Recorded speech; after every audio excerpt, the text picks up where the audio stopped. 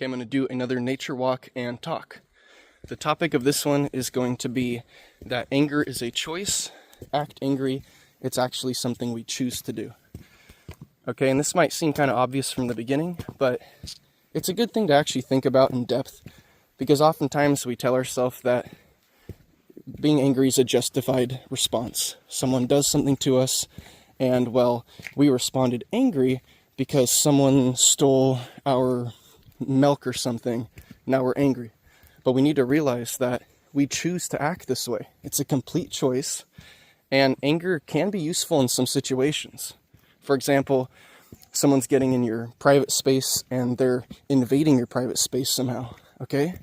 And you angrily tell them, hey, back off.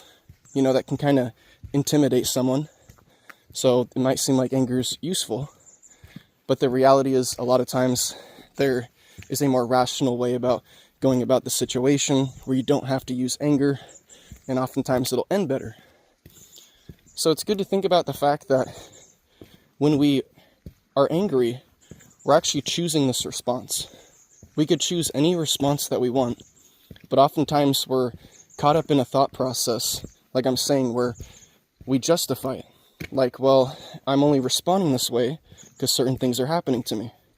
But that's not a good way to think, and it's good to also try to change your perspective. Someone else could live your same life and be in the same shoes as you, and it could be either way. They could think that things are even worse than you think. They could think everything's horrible when they're living your life, and this is the worst life ever, and maybe that's a little too extreme. But on the other side, someone else could be in your shoes, and they could think that this is a pretty darn good life, pretty good situation. And even to furthermore say that the things that happen to you that make you angry might not make someone else feel angry. So you need to think about this and realize that when you are responding angry, when you're feeling angry, you are literally choosing to feel this way. And why is this so important? Why do I keep saying this? Because no one wants to be angry. Feeling angry is not good for you. It doesn't feel good. It obviously feels like it does damage to the body. When you're angry, you get headaches, you get stomach aches, your thoughts get scrambled, you're not thinking too rationally, okay? So it would probably be a good thing if we could have less anger, all of us. And I think that's why it's good to think about this, that we choose to be angry. There's nothing saying that we have to be angry besides our own brain saying that I'm going to choose to be angry because I think that there's a reason for it. Okay, someone did something that ticked me off, so I'm going to choose to be angry. But we got to ask ourselves, do we like being angry? Do others like it when we're angry? Do we even like ourselves when we're angry? And I think most of us could agree no. Anger seems like something that we could all have less of. And even though life's about balance, you don't have to go as far-fetched to say you have to balance your anger, because that gets kind of ridiculous. Anger is not an actual physical thing, not a tangible thing that you can actually touch. It's an emotional response. Okay, and now how can we be less angry besides just realizing that it's a choice? I think one of the biggest things that leads to conflict or situations where people get angry is simply misunderstanding. So I guess I'll explain a certain situation here.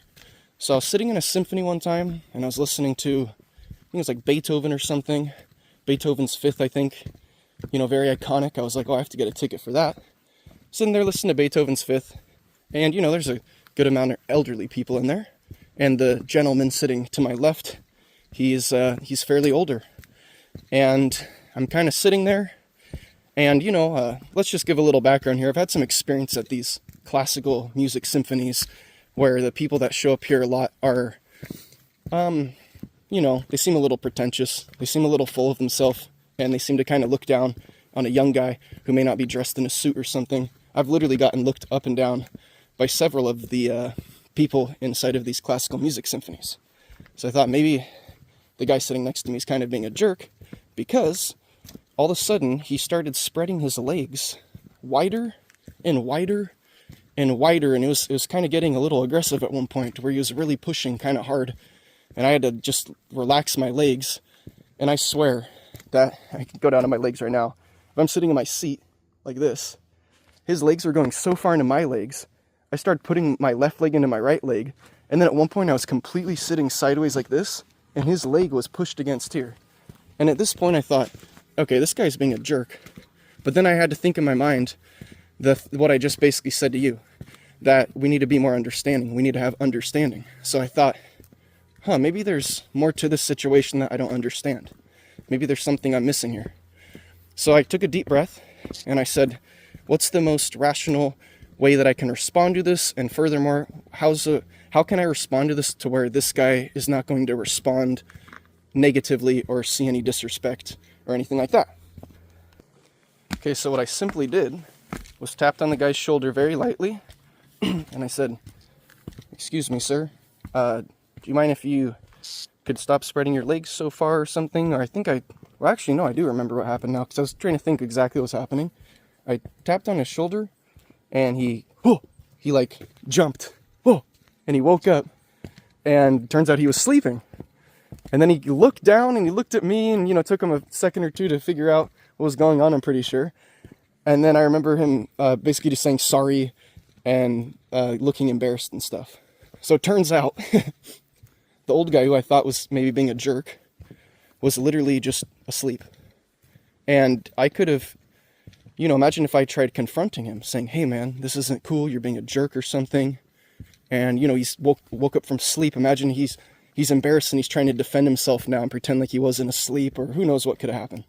You could see where this could have turned bad. It could have turned worse. And it turned out probably the best scenario, because I sat there and I tried to understand what was going on further, and I didn't try to jump to conclusions and make assumptions of what was going on, or even furthermore, just just make assumptions. Try to analyze what's going on and try to figure it out. I just let time do its thing, and it turns out no one was being a jerk. And it was really an eye-opener for me, because that was around the time when I really started telling myself, you know what, there's so many misunderstandings in the world. I bet a lot of these random things where I think someone's being a jerk is just misunderstanding. And even if someone's being a jerk and they cut you off and they're driving like a complete jerk, you got to realize that, have you ever been really late to work and you're kind of driving like a jerk and you're just stressed out? We got to have understanding. Someone could simply be late to work and driving like that. Maybe it's not cool if they're doing that all the time, but it's like one of those things.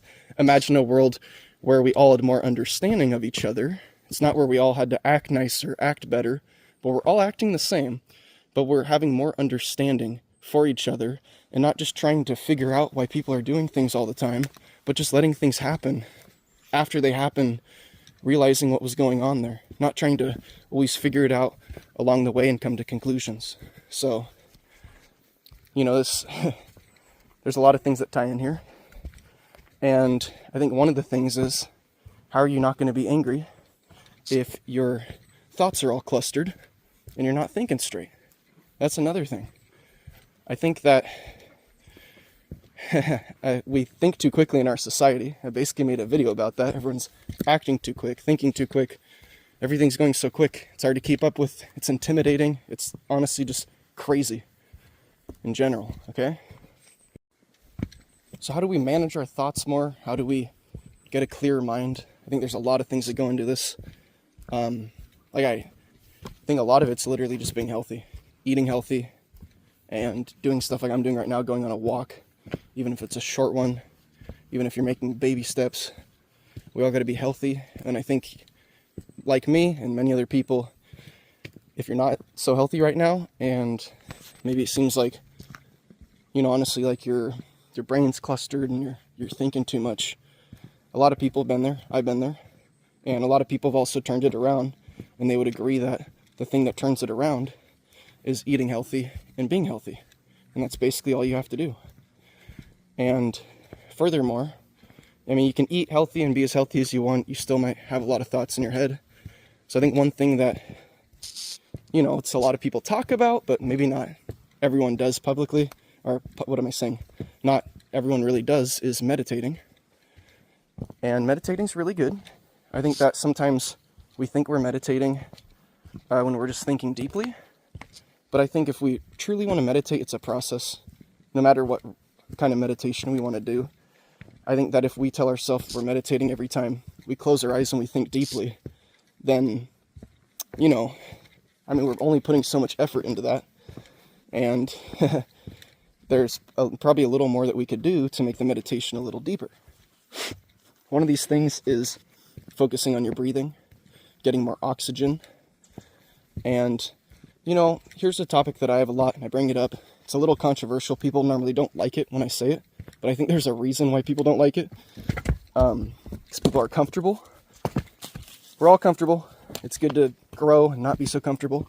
And this topic is that I think one of the best ways to meditate is to clear your mind. Oftentimes we're taught that meditation is closing your eyes, going into low, and maybe you want to do Om, you want to do chants maybe or something like that. That's pretty cool. But I think the average thought of what meditation is that you're closing your eyes and you're thinking deeply. Well, are we not all meditating every single night before we go to sleep then? You might say, yeah. And maybe we are, but maybe we can meditate deeper. Maybe we could meditate differently. And how do we meditate? Clearing the mind instead of thinking. Oftentimes we're thinking so much. I don't get why that's the thought that if we meditate, we have to think more, and somehow that's going to be a good thing. I think we think way too much, and I think we could take a step back from thinking, and we could try to clear our thoughts. Okay, how do you do this? Well, you have to take steps towards it, and I find finding a beat of music, bum, bum, bum, bum, or maybe even the rhythm, dun, da, dun, da, dun, dun, dun, dun, dun, dun, whatever it is, you're following that in your head, and you replace your thoughts that are words, that are man-made, you replace those with sounds of, music. Of course, that's man-made too. The point of this is that's one step to get to clearing your mind. You can never actually clear your mind completely. There's always going to be something there. So the practice is to try to make your breath your thoughts. Every time you hear a breath going in, every time you hear a breath going out, your thoughts you're hearing that with your ears and you're making that your times. You're in an area, there's a little bit of some background noise, you can't actually hear your breath. So you're going to have to imagine what your breath sounds like and replace that's if you want to try to go this route that I'm talking about. And I didn't make this up. I'm learning this from a lot of other people, doing research on how to meditate properly. And I'm not saying it's not proper to meditate when you're thinking, but I'm just saying, do we not already think enough? Do we not already think all the time? And furthermore, if we just keep thinking more and more and more, are we really going to come to some grand conclusions? Because we already do that every day. Here's some life experience. When I clear my thoughts, and I've many times made my breath my thoughts, and I've even done this for extended periods of time. I'd like to say close to an hour and stuff like that, but I haven't actually done that in a little while, so talking about this is good. I should do more of those deep meditations. And, that's why it's good talking about this, and I'm trying to let other people know about this too.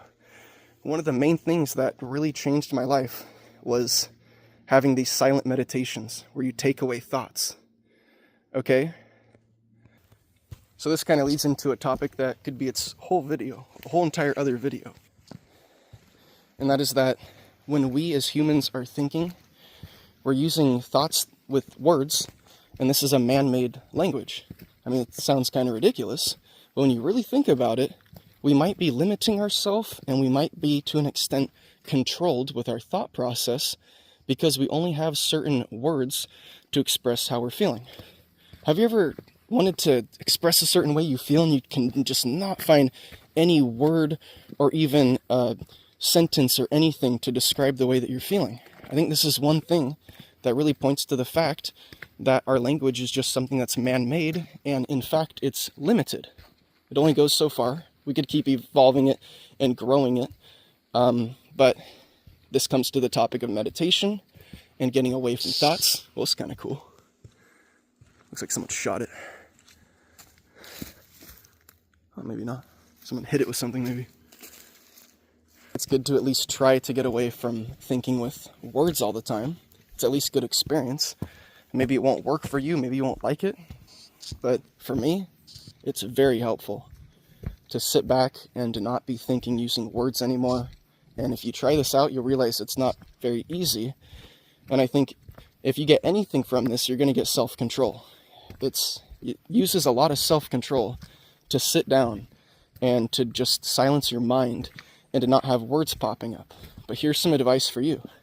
When I'm talking right now, when I'm speaking, I'm actually doing that like free will. What am I trying to say here? See, I can't even think of the words for this right now. But I'm using my free will to speak, and I'm choosing to speak. I guess that's as simple as it is. I'm choosing to talk. So you can choose to think in your head too, and in fact, we're choosing to think in our head. And, you know, I'm young enough to remember back when I was pretty young, and to remember that, you know, times when I was having to choose to think in my head, to actually physically try to think about things. So it's something that we slowly learn to think about things all the time using words, and it's something that we don't think about suppressing ever, but it can be a really good form of self-control and also meditation, just to silence those inner thoughts in your head. And here's some also good experience. What happens when you silence those thoughts in your head? Like I'm saying, you can't always silence everything, and oftentimes you will have thoughts coming up. And what happens, what's really cool, silence your thoughts for like an extended period of time, like I'm saying, you simply have to try to focus on your breath, your mind of words, and at that point, when you just get to that point, you'll have different words going in your head, different thoughts going in your head that you normally don't. And you'll find oftentimes these are coming from a deep place in your subconscious where you're normally not thinking about this stuff. And, you know, I don't know a lot of other ways to get there, to where you're digging in your subconscious and you're figuring out the things behind the scenes that are causing you to think and act the ways that you're acting or respond the ways that you're acting. So this all goes into, you know, doing background work on yourself, figuring yourself out, becoming healthy, and the end conclusion is trying not to be angry, because it's all a choice. And I think we're all caught up into justifying our actions some way or another, and we need to realize that some actions just do not need to happen. They're not necessary. Anger is one of those. It's an emotional reaction, and I think we could all agree we'd be better off with less anger and if we had more understanding. So that's where I'm going to leave this video. I don't want to make it too complex. I go off on many topics when I'm trying to stay on one topic.